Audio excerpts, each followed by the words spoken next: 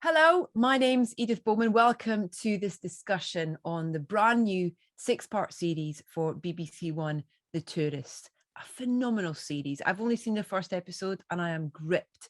And now The Tourist had a special preview at the BFI recently, and in a moment you're going to be able to see the whole discussion with creatives and cast. But first up, now unfortunately Jamie Dornan wasn't able to make the preview, so I was lucky enough to catch up with him to speak to him about the show. So the man, Jamie Dornan, I mean, it's actually quite tricky to talk too much detail about it because we don't want to give away any spoilers to anyone. Yeah, it's impossible almost to talk about it. But let's do our best. Okay. Well, I guess let's go way back to, when Harry and Jack were talking about who they wanted for the man, it was always you, because this character required quite a kind of variety of things and characteristics. How was the project first kind of presented to you, and what was your reaction to? Did you read a script or yeah? Yeah, it's nice to hear them say that, and they told me that, at some point, uh, but you never really truly believe that sort of stuff. You always the imposter syndrome is real, and you feel like if you've ended up there, you've ended up because a whole host of people have said they don't want to do it first. Um, but no, they were sort of adamant about that it was always me, which is great. So I guess when you know something like that, you really want to you want to your enthusiasm for it wants to match what their thoughts are for it, of you being the right person for it. So, but it just was, these scripts. I think I was sent the first three. I think maybe two only. I think it was three. And after one, probably, I was like, yes, like this is just when you think you have a grasp of what's happening and what's going to happen next and why this person is where he is at this given point, that's just turned on its head. It is just, you're pinballed around the place from beat one of the show until the end of 6 hours, and it's a really truly exciting and mad read, truly mad. um and I actually went into it, I didn't even know what happened in the end, and I'd already sort of committed. I sort of, we'd I had like love that. conversations about it. Yeah, it's cool, isn't it? Like, and I guess they weren't going to shaft me by the time, taking myself and my family out to Australia. There, it was going to be a good ending. Which I had an idea of what was going to happen, but I didn't fully know. So, watching that sort of happen in real time was incredible too. Is that a real kind of luxury, as an actor, of having a character that is kind of like thrown all over the place, and also when you film it out of sync as well, in terms of getting to that place where you need to be for that specific point of the story? So, he loses his memory, has this accident, loses his memory.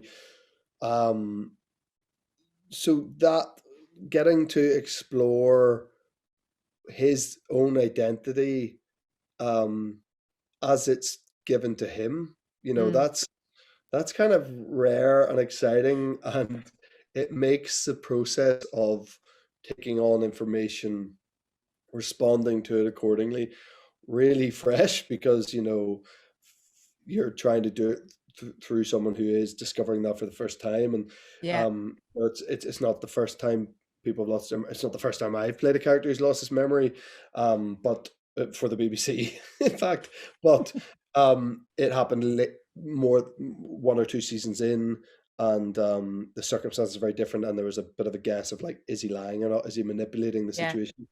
But this just felt like, I really felt like I was going on this journey with him from the beginning, and I was discovering it with him. And, you know, Jack and Harry place him in so many different environments and so many different worlds, and there's so many unique and sometimes very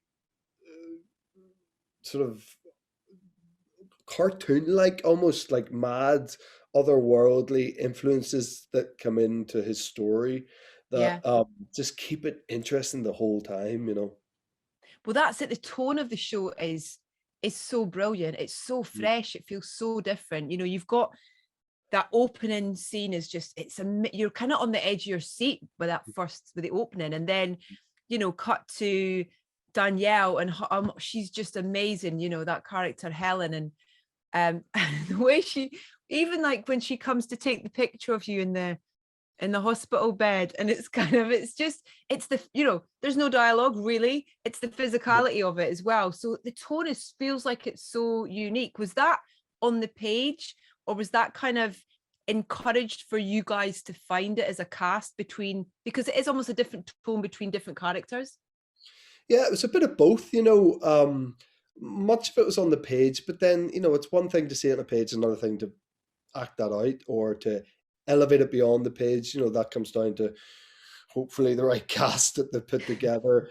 And, the I think such a tricky thing when you're dealing with so many different tones. And I think people settle into the tone of it, two or three in particularly. I think at the the beginning of it, it's a bit jarring because you're like, hold on, is this funny? Is this a comedy? You're not expecting it. And often the comedy comes at very dark moments in it. But I for one think life is like that.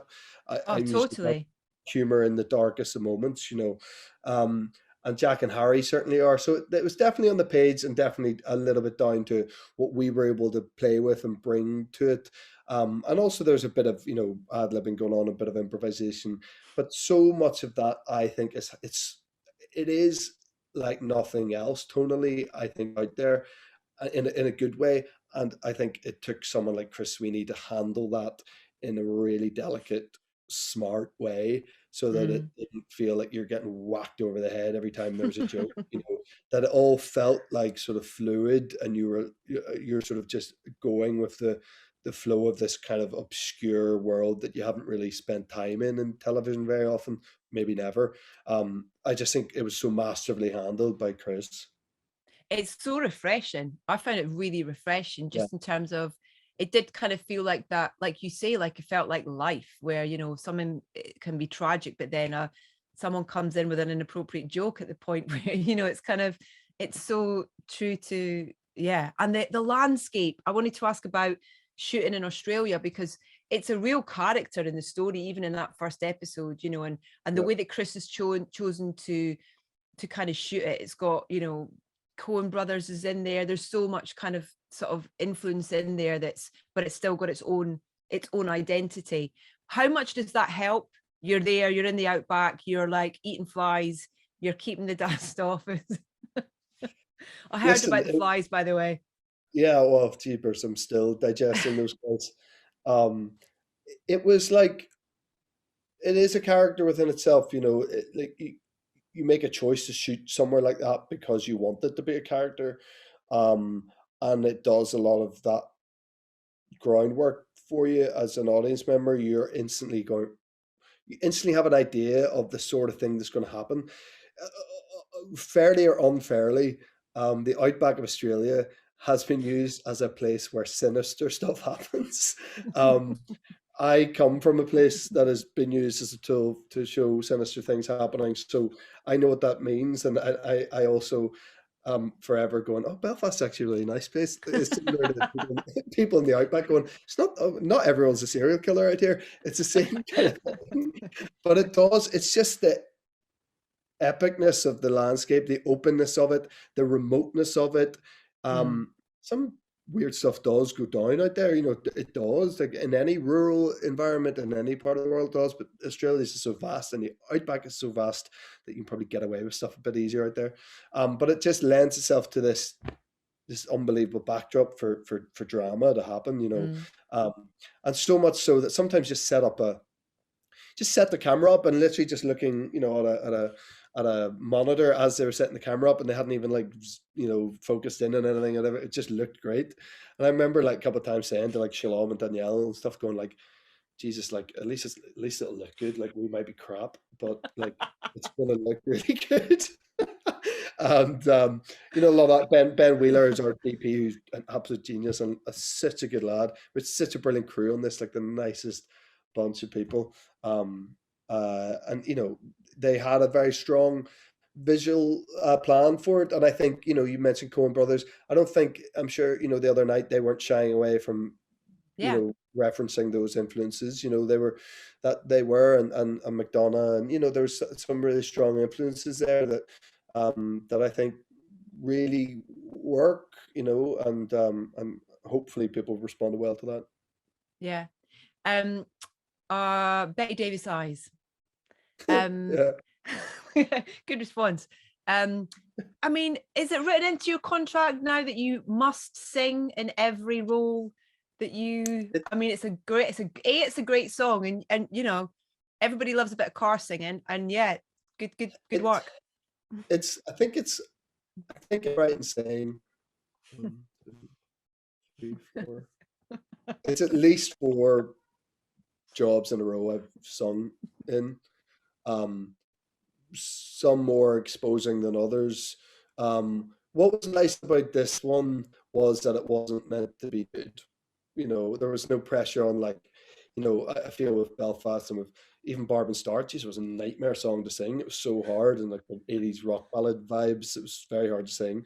Wild Mountain Time, I felt I had to be good because Emily's such a brilliant singer and I was doing it beside her. But this, I was just a bit like, oh, you could have a bit of fun. He's singing in the car. There's no like, there's no other part of the story where like he's a good singer. Spoiler alert! Like, there's not going to be a thing where he had like some career as a singer. Ah, Um, so that was a bit of fun, and the circumstances were fun. We did it a couple of different ways of normal, lower register, and then I discussed with Chris Sweeney that I personally thought it was funnier if it was too high for him, so that I ended up singing it pretty high. But yeah, what a great song! I've got this really so nice songs recently and stuff too. yeah, and just quick congratulations on Belfast as well. It's an absolutely beautiful and fantastic film. So great. Um, when in the car role in the film in Tourist, I was like, oh my God. I Mm. mean, amazing. And I hear that you were pretty adamant that you wanted to do as much of your own stunts as you could. How was that? Yeah, you know, you only think of Tom Cruise when you find yourself saying, "I like to do my own stunts," but like I do, and I'm like, you know, while I'm still relatively able-bodied, and you know, I've about 4 months left of being in my 30s, I'm like, I'm gonna still, you know, put myself forward for doing as much of it as I can. The reality Mhm. is that scheduling and insurance and all sorts often stop you from doing stuff. Yeah. But right up until the point where they're like, genuinely, you're not a lot. We can't take the risk of you rolling over in the car 7 times, um, because I mean, I barely had a day off. If I was out of production on this, the whole thing shut down. Like, there wasn't that much. I'm not in, so it was, you know, it was keep me safe. And often it was times where it was like, if they were doing as drone shot and the car is this size on the screen, I don't doesn't need to be me in there. Of course it doesn't, you know. I probably would want to be doing it and really close to the truck from the height, but like, you know, I don't need to be. So we Mm. had a joke. I mean, there's one day, I think there was 4 like Jamie lookalikes, the man lookalikes. Um, there's one driving expert one. There was like a sort of more of just a standard stunt one. There was one who was just for running, like weighing the distance running. So there's like a load of lads walking around with shaved heads and beards and my outfit on. It was just really funny at lunch. I love the idea of you all having lunch together, like And all the men. they're all really good lads too. They're all the men. We were all the men, and they're all really nice lads. So we probably is. I'm with someone may or may not have a photograph of at least 3 of us sitting down having lunch together wearing the same stuff. Yeah. I'm so excited to see the rest of it. And I mean, I guess there's not that much that we can talk about or say, but even from that first episode, you know, you get to the end of that episode and you start going over everything in that first episode. I'm so excited to see where it goes. Is there anything you can tell us about Oh, the I would other say 5 that episodes? that confusion you have at the end of the first episode, or that intrigue, or like trying to go back over stuff, that will just escalate and escalate and Oh my escalate. god. While it does, there's so much of it. Like, hold on, I thought she was did I? Oh, hold on, like there's loads of that. There's loads of that, and as I said at the beginning, just when you think you know what the crack is, something happens and you are thrown way off the scent. It's really, and I each episode ends with like, what? Like, okay, so hopefully it's enough to keep people coming back for 6 hours of their lives. And with everything that's going to go on in the next 5 episodes, there's so much I'm interested to see what happens. Particularly, I love seeing you and Danielle on screen together. I'm interested to see where Lucy and the Mans, what that is, and where that kind of develops. What a great cast to be part of as well. I mean, they just, from having met them the other night, they were so fantastic. They're such a lovely bunch of people. Like, obviously brilliant actors, one and all, but like just really fun, brilliant, easy, funny people. I don't know if did you get to meet Gary, the big Icelandic dude? I don't know if he did the Very, Q&A. very, He's very briefly. We kind of kept him in hidden. He was kind of kept hidden so nobody could really see him. he's a hard person to hide. Yeah. Size of him. But they were just such a good bunch, and and as I said, the crew as well. Like it was just a lovely bunch of people, and it was the hardest job I've ever done in my life, and it was the longest job I've ever done. So thankfully had, if you're going through something like that that's so long and hard, physically hard to shoot, if you're not getting along with the people that you're spending time with all day, every day, it's going to be the trickiest 5 months of your life. So yeah, I got really lucky with those guys. They're just such a good bunch, really fun, and that's one of my favorite things about doing this for a job. They're making these brilliant new friends that you hope will be in your life forever. With the experience you've had with this, which just sounds so positive and so kind of just really a great job to do for you as an actor for on so many levels. Does that kind of set a bar then kind of going forward in terms of when you are kind of given projects and you're asked to do things, it's got to almost kind of go, not that you're comparing it, but in terms of this is exactly what I want to be doing, on different levels and scripts and directors and whatnot?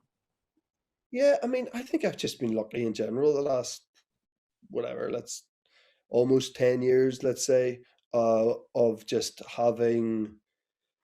um having a choice of what I do, and I'm really conscious of how lucky I am to have a choice, and to be working at all as an actor consistently is a luxury, but like to have a choice over what that work is massive, and I know it is.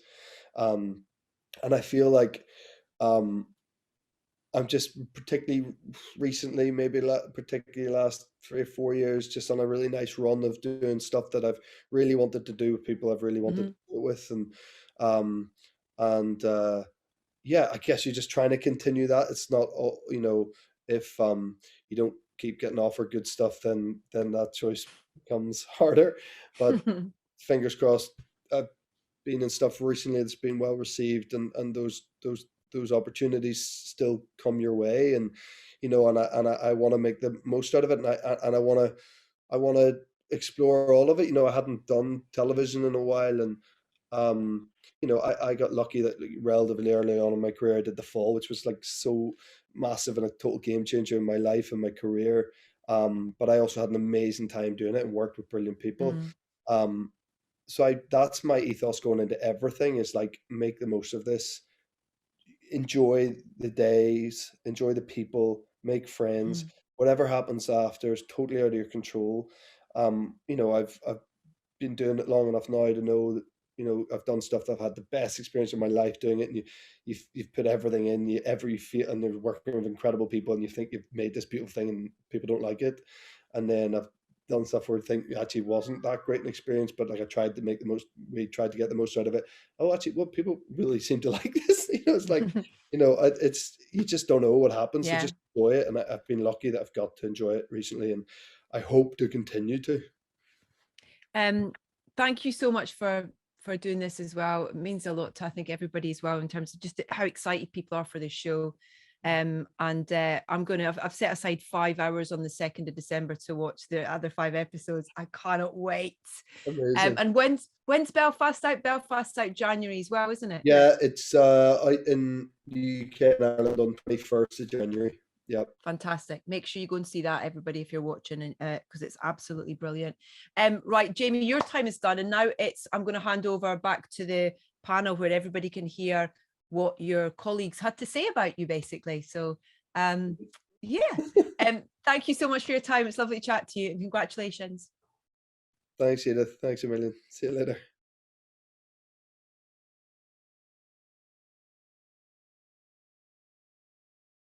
The idea, hi down the end there. Hi, hello. Where did the idea come from? And also, I mean, I know that we've got 6 episodes, and the surprise and the suspense is obviously such an important part to our experience as viewers. So I know there's limited you can say with talking about the rest of the series, but the idea of it, where did it come from? It was sort of lots of different ideas that we've been talking about for a while, and it was sort of born out of a desire to do something different. We've done very exclusively kind of very grim thrillers. Let's do something... But entertaining. But I don't know. The pedophilia was not so entertaining.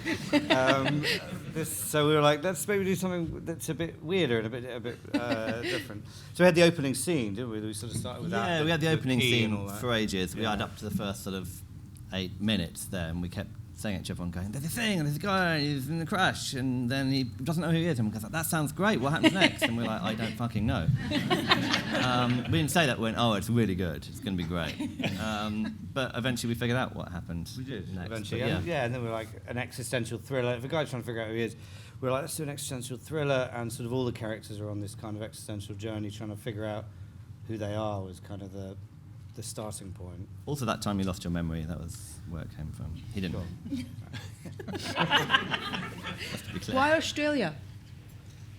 I think we were like, if you're going to throw someone who's completely lost and they have no idea who they are, why not have them have no idea where they are as well? Because there's a vast expanse of nothingness. And the landscape, aside from being like incredibly beautiful and all that stuff, it's just sort of fit with the premise, really.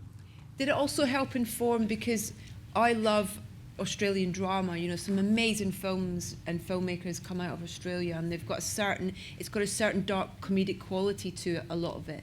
And I wondered whether that kind of helped inform the tone of what you going into finishing it off, if that helped kind of inform of what you wanted the tone to feel for the show. I think as we were writing it, definitely. It wasn't where it started. I think, as Harry says, when it started, the idea of this guy being chased, we thought he's got to be on his own, he's got to be isolated, and there's just nowhere else better for that. But yeah, as we were writing it, the world and the landscape and kind of actors that came to mind definitely informed the tone of it, for sure. Because we didn't really know it was going to be, like it turned out. We just started writing it, and people were like, oh, it's quite weird. We're like, is it? Yeah, because it wears lots of hats. It's like comedic in 1 minute, and then it's thrilling, and then it's sort of a bit horror, And it wasn't until we met Helen when we were like, oh god, this character's bringing a different flavour to this world, and we were kind of led by that, and the rest of the tone followed. So were you writing for specific actors in mind then when you were thinking about these characters? Sometimes we do. This time, less so. I think because we're trying to be... Normally we do, but I think also when you have someone who's like, particularly with, Jamie's character, the man. Like, you don't want to write to any particular actor because it feels... You need someone who's quite enigmatic. I was trying not to use his name. Do we ever find his name? Who knows? Yeah. I know. But like... Careful. Or do I? Clearly not. You want to have... If you have someone too much in mind, you might write to it and actually wanted sort of more of a sort of mysterious stranger in town kind of vibe. Yeah, we definitely talk about lots of people as we write each scene, but this time we just tried to let it be as weird and unusual as possible. Chris, with regards to kind of when this project comes your way, what was your reaction when you and what were you privy to? What were you given to read, and how much of it were you? I've known these two since I was a kid, so I know all their work. And we were also kids. And I know. not. They haven't aged. And I know they're really funny, and I know they write thrillers, but I didn't know anything about The Tourist. I just knew that it was a thing they loved. And I started reading it, and I was like, oh my God, like, this is insane. And I sort of read the first episode, which was complete when I came on board, and I was like, we have to do this, because it was so strange. You know, there's so many different tones throughout the whole thing, and it made me laugh, but it was really thrilling. When you say complete, though, it's not totally complete, because you're coming in as a director to give it your creative spin and your Yes, talent exactly, on that. Edith. As in, they've written the whole first episode And at then, that point. and then, what is the collaboration for you in terms of you take that, Yeah. and then what you end up shooting? You get the laminated pages. Yeah. Touch anything and you die, it says at the bottom of each page, which is a little intimidating by page 4. But, like, we sort of had similar references. You know, like, you kind of meet and you go, oh, I saw this being a bit Coen Brothers-y, and I think this film is great. And, you know, and you kind of go, oh, that would be brilliant to make it like that. And the Australian outback has, like you just said, like, it's got a whole lineage of films, none of which I'd seen. And, 14 days in quarantine, turns out you can watch them all. And, so you kind of exchange references about people and characters and tone and all of that, and find, like, a middle ground that we all kind of go, oh, that sounds exciting. And casting? Casting was, like a group conversation. Who was the first person who came on board? The guy who then left. Oh gosh, Yes. we're going there. It was very Hugo long Weaving, and then he had process, wasn't scheduling it? contact. Yes, that was a while back, After him, But it's interesting that you have. Look, it's a- David Jason was attached. Okay. But it's interesting. It's a collaborative process, as opposed to Yeah. it's not one decision being made by one person about what's happening with the characters. And like you were saying earlier, you can see the input. Well, it feels anyway from watching even that first episode. The input that the actors feel they've kind of given the characters in a way. I mean, Danielle, we talk about Helen. I mean, what jumped off the page for you with regards to her? And I feel that, I mean, even that bit where you're taking his picture in the hospital bed, I love that. It's just, it's so, I don't know. There's. It feels like you were given space to play with even in this first episode. I feel that was that the case? Oh, for sure. I mean, my prop phone had golden pictures of like really great photos of Jamie's face. Like, I really hope they get out there one day. It was super collaborative. We met on Zoom for the first time. We only met tonight. I only met Jack and Mary tonight. Yeah. Which is first and crazy. last time. Yeah, no, that's it. That's all we need. You did Fine. But we did Zoom sessions. Yeah. Chris and I did Zoom sessions when he was in quarantine in Australia. I was in LA, and we did Yeah, Just Zoom. You just did Zoom loads of stuff over Zoom because it was Yeah. perfect. So just like Well, you played with the discussing characters. You played with the Yeah. script and. yeah, because it's really hard because what's funny? You know what I mean? Like, how do we make her funny and she's interesting and kooky, but like kookie's an annoying word, but you know what I mean? Yeah. Like, how do you find that? And we just said, let's explore. But to be quite honest, like, it was one of those things where it was very close to our first conversations because you were brilliant. You know, you found her, and everybody fell in love with Danielle the minute we saw her. And it was patty cakes, I think, was the first thing we spoke about that Danielle had been in that we adored. So, yeah. But the phone too close to the face, the hat going on backwards. We didn't write that. We were just like, this is so good. Well, that was an the accident. hat Okay, going the pen flying out of my hand was an accident. Yeah, The and hat okay. going on backwards was an accident. I'm actually that clumsy. We kept it all. So I don't know what kept it to all. say. Like, that was not a choice. I'm sorry to say. Yeah. It's just me being clumsy. Shalom, I feel it harder to talk about your character because obviously in the last sort of minute of that episode, you're kind of like, oh my, what? I know. So what can... My heart is beating so fast. I feel like I'm going to give spoilers away. I feel like you just need to interrupt me if I say anything that's going off here. We've got an ejector button. Yeah, just shoot me off. Yeah. What can you tell us about I mean, do we even know your name at this point? I'm trying to think if it's... Yeah. Lucy with an I. Okay, there we go. Yeah. Lucy with an I. We know There we that, go. yeah. Yeah, of course we do, yeah. She's a waitress. Mm-hmm. And Is she? I don't know. She might be. It's really difficult. I mean, there's a really interesting dynamic going on between the two of them. While Jamie's character is sort of trying to unveil the truth, she's maybe trying to hide it.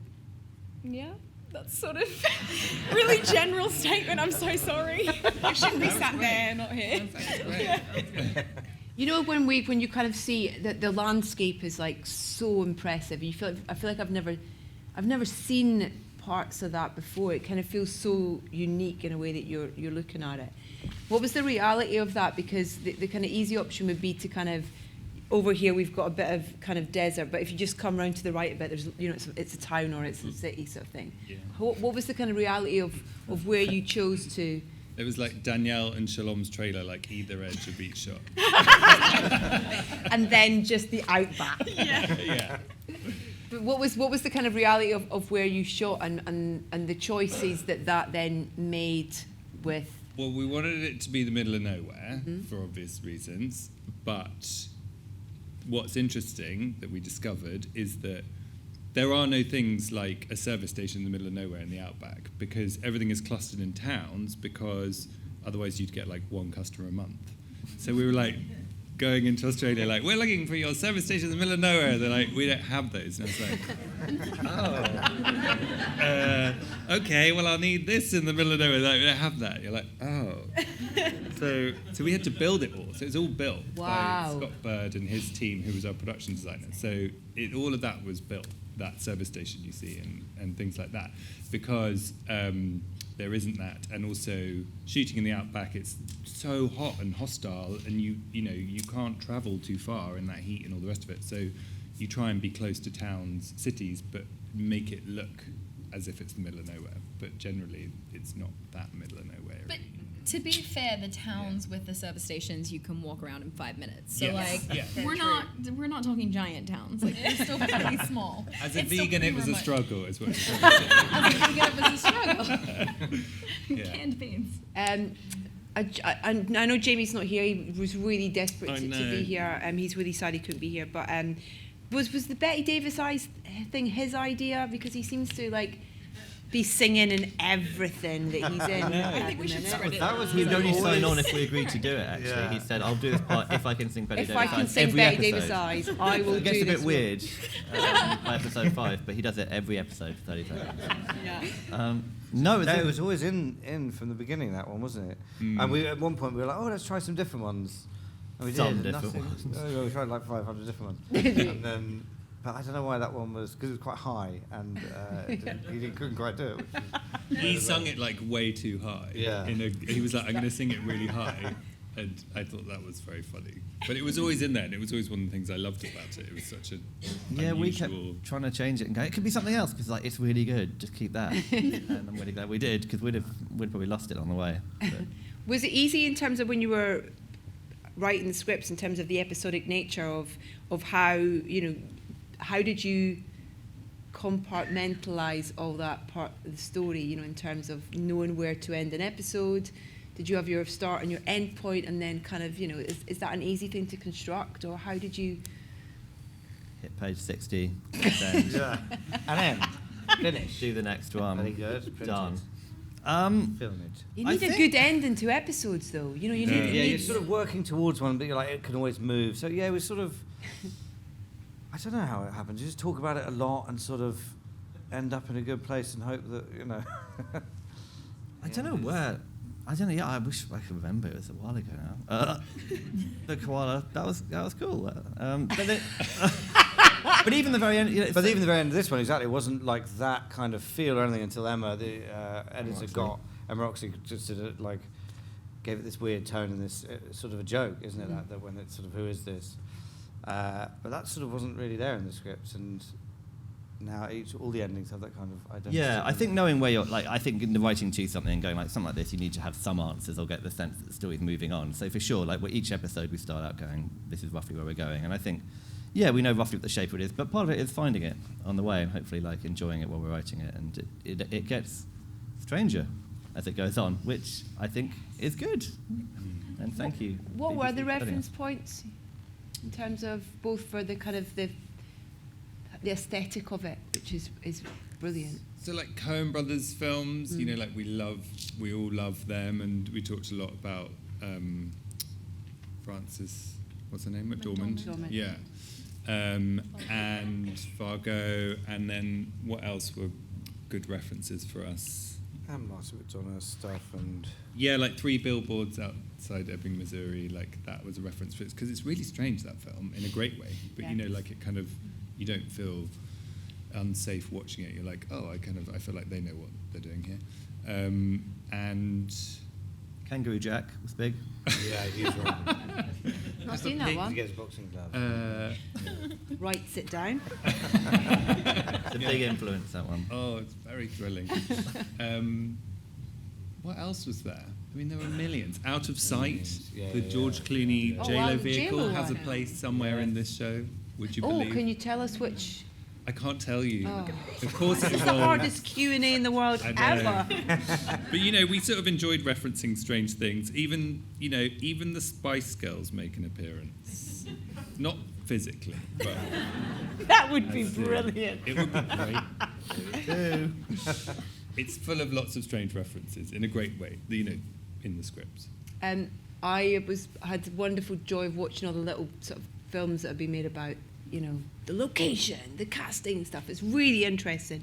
And I can't believe how difficult it looks in terms of physically filming in that location. The dust has just been one element to it, the heat being another as well. Yes. And I know that it's kind of, what was the most challenging thing, you know, but Ask these two about flies. Oh, There were so many flies painted out in Yeah. this show. And there were so many consumed also. Yeah, that is true. There's a lot of Australian salutes going on in the show. Just a lot of these ones. We literally have paid so much money to remove flies from shot, and it's unbelievable, these two. Oh They are man, crawling. Danielle, there's a scene where there's one like crawling over crawling your in my This scene eye. where it's I crawling, know. it crawls on her eye, then down her nose, and it's heading for her mouth, and When she we got doesn't rid of stop. it. Well, It's okay, unbelievable. I'm scene watching is going, don't amazing. do this. Chris told me to leave them alone because he was It's like, we're amazing. gonna have to It paint is. them out. Yeah. And then Ben, our cinematographer, who's incredible, he was like, oh, I wanted to throw up. It was digging in your eye, and I'm like, I know. But I'm just like, it's okay. Because it's so hot, and because it's so remote and so hot, there's no water anywhere else. This is what the Aussies told me. The only water there is your eyes. So they come to your eyes, and it's also really awkward because if you're directing or you're like a member of crew, you can wear like a net over your face. So you're like going over, be like chatting away, and they're like flying all over the place. I hate you. Danielle, I want to just talk a little bit more about Helen, because she brings a real, you know, tone, and tone can be written into a script, but I really think there's a physical tone that your character brings in the way that you play her. It's kind of brilliant, and I wanted to know whether there was a bit of freedom, you know, in terms of being able to kind of find her, you know, and play with her and play with the scenes, you know, the pictures. An example, you said you took loads of pictures, but was it a freedom for you in terms of, you know, kind of playing with Helen in a way and finding? Yeah, and the thing was, Chris was really good at knowing what he liked. So like, when I would accidentally throw a pen, he's like, I like that, we're keeping it. That's the vibe. And I'm like, oh, okay. So it was really good because it was really helpful to understand like the quirks that you like, and then you kind of build from there. And that was still pretty early on, so it was good. I think that hat scene was actually like the first That was scene the first thing we ever did. in the outback. It was, yeah. Yeah. 'Cause, yeah, we did the house stuff, and then so you kind of build from there. But there was kind of freedom to play, and then it was like pinpointing the things that we liked, and then it just kind of came after that. I feel like. Yes, and I think Helen was always really funny, written really funny. Yes, and yeah, she like was always- everybody always loved Helen when they read Yeah. it. But then I think Danielle has this like incredible soulful wisdom about her, and I think that she brought that to Helen, so she felt like this person who just developed her in this amazing way that I think is why people love her. But I was just trying to like do justice to the script because she was written so funny. But then it's interesting because, like you guys said, it's very genre bending. I can't speak. And it's like really dramatic and then all this stuff, and then she's just kind of there, like, and kind of goofy, and it's like, how do you make that fit into this world? So that was kind of like some of the earlier talks that we really had, but I don't know. I think that's what you do so well, though, because I think it is, like, on the page, there are times like Helen could almost be a little bit, you know, slightly too broad or slightly too. What's great about it is now she's very believable, very relatable, and you feel very warm. Like, you just want this character to sort of, you know, realise herself and to sort of, you know, be better and be a better version of herself. And I think bring that sort of relatability and warmth Daniel does amazingly, because I think there's, on the page, certainly there were times that she was maybe a little bit the other way. So I think that was amazing. And leave her partner. Well, sure. Oh, yeah. No spoiler alerts. We don't know what happened. Okay. Thank you. What Wait was for the wedding. What were both your reactions when you read the script for the first time? Were you given the entire 6 scripts, or how much did you know about the character when you were? No, I definitely wasn't special enough to get all 6. Well, I I got don't think we've one. written them all. And it was great. No, I read the first episode, and I remember that last sort of 10 pages. I was like, oh, she's so cool. I love this character. Why does she do the things that she does? I instantly wanted to know more. And so, yeah, it was great to have a meeting with Chris on Zoom, although I think we spent maybe a majority of it talking about Married at First Sight. But Really did. And instantly the trust was there. So I was like, this sounds like a Icebreaker. great project. Yeah. Amazing people, amazing script. Yeah. That's my reaction. And where were you in terms of like the world of COVID? You know, in terms of were you in your own bubble? How did that affect where you filmed, what you filmed, and? Well, when we arrived in Australia to film, there wasn't any COVID there, so it was weird coming from the UK to like this place where there was no COVID. Yeah. But then, as the shoot progressed through to the end, like COVID got really bad there, so it was like the whole gamut, right?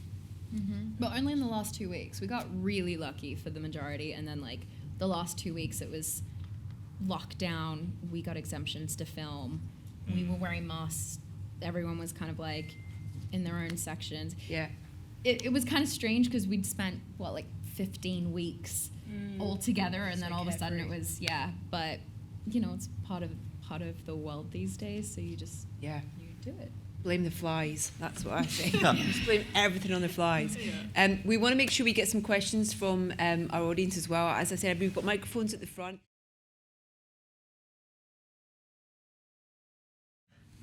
Or was he? Well, now he's not here, we can exclusively reveal Pierce Brosnan was not available. I think there aren't many people who can do a part like that. To have a part which is, like I say, you know, he's written the man, he's meant to be an enigmatic stranger, he's meant to be a sort of blank slate, and yet, what do you read into him? Where's he been? What does he think? Even he doesn't know. That's a really, really hard thing to do, and requires a lot of natural charisma and a natural sort of just, you want to lean in and know what's going on behind the eyes. So, yeah, I mean, there aren't many people who can do it, and he's amazing, so we were incredibly lucky. He said yes. Even if you can't hear me say it, which is disappointing.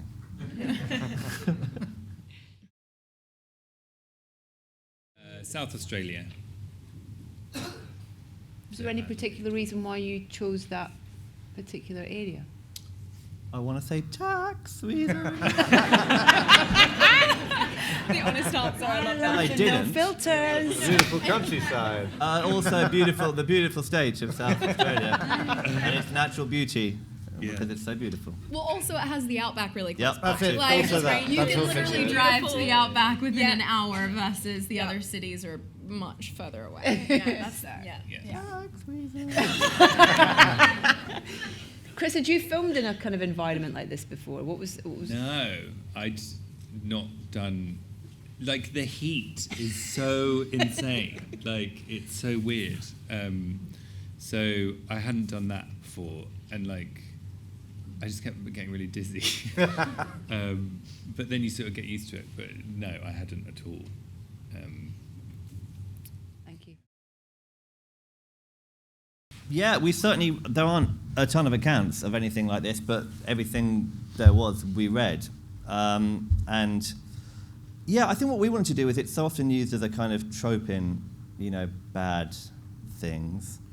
And I think when you read accounts, what struck us as really interesting is like how you look fine and you look okay, and people have no idea that you're just walking around unable how to react and unable to know how you would have reacted. And I think we read some really interesting accounts about just how quickly everyone else wants to move on and you can't. And it just felt interesting to us, to write something that treated it like the sort of confusing, painful thing it must be, as well as just a sort of, hey, this is good story, because he doesn't know who he is, which is, what I think the hospital sequence, and, Chris did so well in that. I think that sense of, where am I, is someone after me, and also what the fuck is going on. So, there wasn't tons of accounts, didn't get to talk to one, but we certainly read every account there was.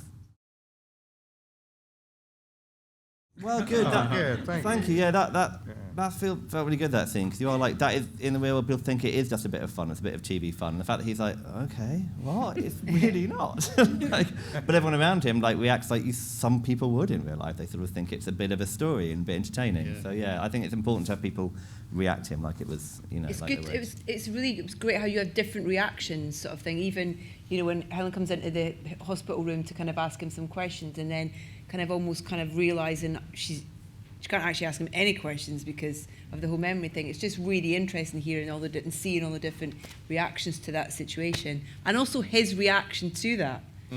It's well, because it's not painful all the time. Sometimes for him, he's just going through his life, and then sometimes he's sort of reminded by the way people react to him that he doesn't know anything, and people keep wanting him to remember stuff, and we as the viewers are going like, why don't you remember anything? Nothing? That's weird. And he just can't. He's like, what do you want from me? I can't do anything about this. I just have to react to the situation around me. So I think that's quite interesting.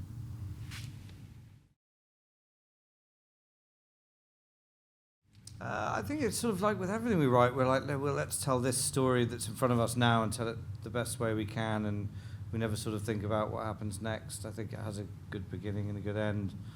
I don't think it's written with a sort of, oh no, this will go on. We're sort of not keen in doing that, I think, right? Dawn Identity too.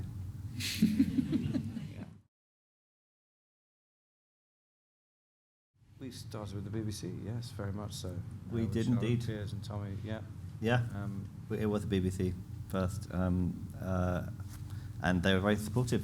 I'm not just saying that because they're here, but it is unusual. And I do think it's not the kind of thing you see on BBC One all the time, and I think that's very exciting to be backed in that way and to have the confidence in it to go. It's a bit of a different proposition, so that was really cool. Did you deliberately try and because it is hard to describe in terms of, everybody's so determined to put stuff in boxes. Oh, it's this genre, it's that genre. And I find it really refreshing when you can't actually describe things because they kind of bleed across multiple genres, sort of thing. Was that the aim when you sort of set out to kind of...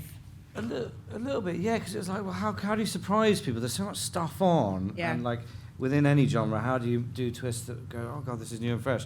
And maybe you twist the genres themselves, and that the show itself is a surprising thing, and you're never sure where it's going to go. And that was sort of the intention and the aim. Hopefully, we've done a bit of that. It's really hard to do, and Chris and these guys have managed to meld it all together because it is so many different tones. It wears so many different hats. How do you tie all that together? But yeah, no. And we were encouraged to do it. I mean, the BBC encouraged us to be stranger and older, and it like Harry says, it's odd to have a scene which is very dramatic followed by something which is fundamentally quite strange. And I think Chris and the cast and everyone around it did that amazingly, because sometimes you think, how the hell are they going to make this remotely credible? Yeah. Or make it feel like part of the same world. Like that alone is a really hard thing in and of itself, Was it quite nice being on the other side of the world and were you left to your own devices in a way because of the pandemic? You were over there with your cast filming, and it's yes, we can just get on with this. See you later, folks.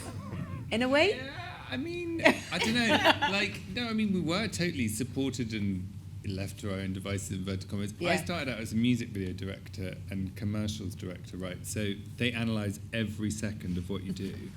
With television, it's hours and hours. No one can police anything, so that you are much more left to your own devices.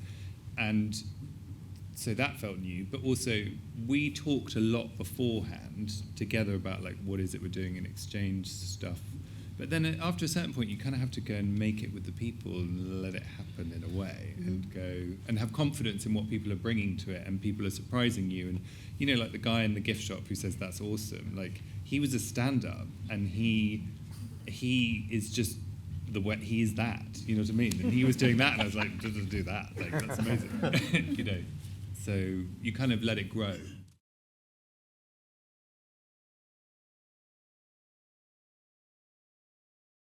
No, it's always nice that the thing you watch on for 3 years, people watched in 6 hours on their iPhone while hungover.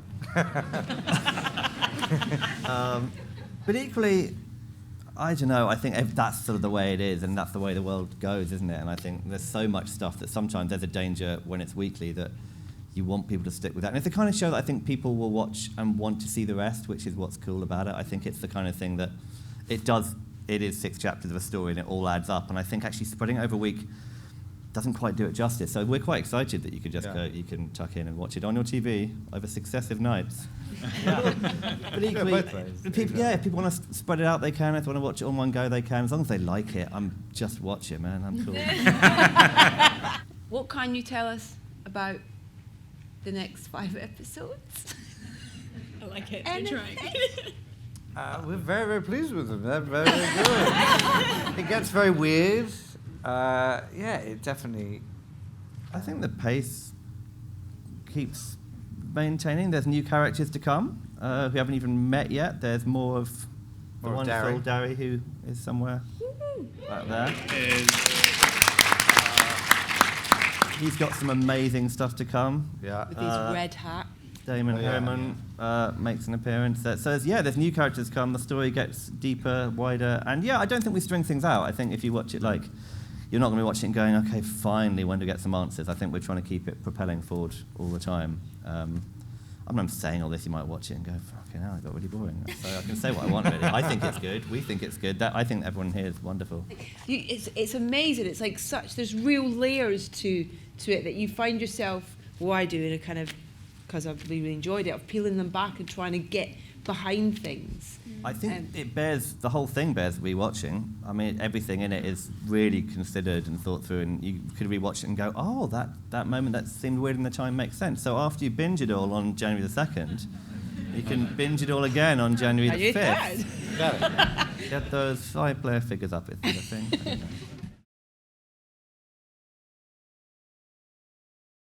Chris? I don't like flies. Harry? You can make a really great show. Like I work with my best friend and my brother, and it's just an absolute joy. But it can be a great thing doing your job. Well, I can't beat that. I suppose I agree with him. How do you write? How does it work with you writing together? Do you sit in a room together and just kind of, stick post-its on the wall and talk about characters? Stare at each other. We eyeball each other vigorously. We talk endlessly about the show and the characters and what it could be, and it's just endless conversations, and then occasionally we go, oh, that would be good, and then you write it down. I'm there for and I'm done. Now we know who does the work. I'm there for the mainly. Yeah. But this show is definitely taught us like that. I mean, I think we've collaboration in all our shows, but this one's been particularly good, I guess, because we do know Chris so well, and we did talk a lot about it before he went out, and I think we had sort of the bit of the dream. We tried to bring everyone we've worked with on previous shows, who is amazing, back together. And it's a long list, but, Dominic, our composer, Emma, Charlene, our editors, just lots of amazing people. And you're like, oh yeah, sometimes you write stuff, but everyone needs to interpret it and make it better. And it's nice to sometimes step back and go, that's way better than we thought it would be. Mm-hmm. Yeah. Do you guys want to answer that question from that lady, just with regards to learning? Go on, Danielle. No spoilers. True. I mostly do films, so this was the longest shoot I've ever been on. So it was actually really cool to do a mini series and realize that I really love doing a mini series. It's nice to kind of work with the same people for such a long amount of time, and also to get to see a character get to progress so much because you have the time to do it. And also, when I signed on, I didn't have the last 2 episodes. I didn't have the last two Wait, episodes what? until after our first week of shooting. So They may then not have I been read finished. them. Yeah. No, Shalom had them. I'm literally mind blown. So, Jamie had all 8. Tell me more. But that's normal, right? Is it? I don't know. I thought it was. Yeah, probably. I think so. It's semi-normal. Yeah. Yeah. Look, we did have 6 episodes, but sometimes But they you weren't don't want ready. to share them because I think it's really hard as an actor when you get something, you go, oh, this is good, or it's not good, and then it's going to change quite a lot. Yeah. Which episode 5 and 6 did a lot. 5 is quite bonkers. What made that change from? Making it better. Making it better, yeah. I just think when you want to wrap things up, and I think there's a version of this where I'm trying not to give anything away, but like you want to. When things come out, they can just sort of come out and things happen, or you can try and make it strange and interesting. Mm-hmm. And I think trying to keep pushing the end of the series to be as interesting as the beginning was the challenge. Yeah. So yeah, there were some drafts, but you don't want to share them when they're fresh Yeah. and young and don't know how to walk. Seedlings. Yeah. Shalom, you're not getting out of answering that question. No, by the I'm way. thinking. I've been spending this time thinking. I mean, apart from like meeting all these amazing people, I think the thing for me that I really enjoyed was finding a freedom on set that I'd never really felt before with a character. And I think that's really to do with Chris having so much trust. I kind of had never felt, I don't know, so connected to a character, and I really enjoyed the freedom that I felt on set, which I'd never really felt before with anyone. So yeah, that was something that I'll always remember about this job. Is it kind of nice playing a character where there's, the kind of almost like the double-sidedness to Yeah, it in the a way? facade that's going on. Yeah, I mean, it's funny, we were talking about that first scene. I think that first scene that you see her in, and when Lucy meets the man, was by far the hardest scene I've ever had to do in anything ever, because it's so difficult to know how to pitch that in a way where you're not giving too much away to the audience, but at the same time you want it to be realistic. Like if you're meeting somebody that you know, maybe, trying not to spoil it, you still want to play the moment and make it real so that, it's believable, but at the same time you don't want to give too much away. And it was just really difficult. I remember constantly turning to Chris being like, that was shit, wasn't it? It was too shit. I was giving that too much away there. Yeah, it was a lot of leaning on Chris, really, is what I should say. It's really weird doing thrillers that are about unpicking stories because you're like, okay, I think I understand everything. And then someone comes over and goes, but if they were ... and you're like, stop. What? Hang on. You were there? No, you weren't there. And then I read a version of that. You're like, no, not that version. It's really intense. While also being like, we need to film now? That's really interesting. I hadn't thought about that, but yeah, it's so... Because I guess, in terms of the logistics of how you shot it as well, Yes. did you have the luxury of, No. I believe it, Sorry. shooting chronologically was what I was about to say. But Sorry. No, but I hear that that's a luxury, but a luxury that doesn't get to happen all the time. So you're, as actors, you're kind of, you're in so many different states of the story at different points as you're shooting. Oh, and Your little face going, oh my God, yeah. Well, no, we filmed 3 like 1, 2, and 3 at the Yeah. same time, and then 4, 5, and 6 at the same time. Yeah. So like my first scene with Jamie was in episode 3. You paused there because you were worried. I know, I was like, no, because they then we meet in episode 3. no, there's no spoilers. But like, do you know what I mean? Yeah. That was our first scene. Yeah. I was like, wait, we don't even know each other, and yet like so much has already happened. Yeah. Yes. And so like, where are we at now? But then I can only imagine it's doubly hard for you because Day one was that massive 10-page scene. Oh yeah, Oh, for yeah. Where we just episode have to 3. like look at each other's faces and talk for so long. And I was like, I don't know this guy. Yeah. It's really weird. Yeah. It was just, yeah. And then you also have to be like, wait, do I know him at this point? But then or do I secretly know him at this Yeah, point? It's exactly. like, it's crazy. Yeah. Wow. It's mental. Yeah. Bravo. Jeez. So good.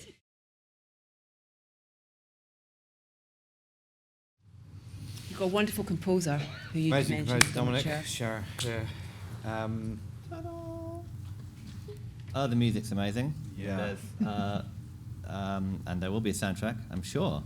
Dominic's nodding. Coming out very soon. Or to pre-order now on iTunes. But there's also, like the use of the songs at the end. You saw at the end of episode 1. We try and use some song throughout at the end of episodes to mark it a little bit and to give it a little surprise at the end of each episode. But yes. Any more Jamie singing? Episode 5 is all Jamie singing. Yeah. Wow, it's the karaoke episode, It yeah. actually is though. She's really just singing the whole time, and it's so beautiful and fucking weird. Any more questions from our audience? No, there we go. I can't wait to watch the rest of it. Genuinely just think it's really, really wonderful and really different and really exciting. And I can't thank you enough for being here to talk about it. It's been really brilliant to get the chance. And thank you for your lovely questions and for being here. Because they're wonderful panel. There we go. I hope that has given you a full in-depth analysis of this brilliant new BBC drama, The Tourist. My huge thanks to Jamie, to Harry and Jack, to Chris, to Danielle and Shalom. Now make sure you do catch the show, which is going to be on the BBC from the 1st of January. And if you want to catch any more of these wonderful discussions from the BFI, then make sure you subscribe to the YouTube channel.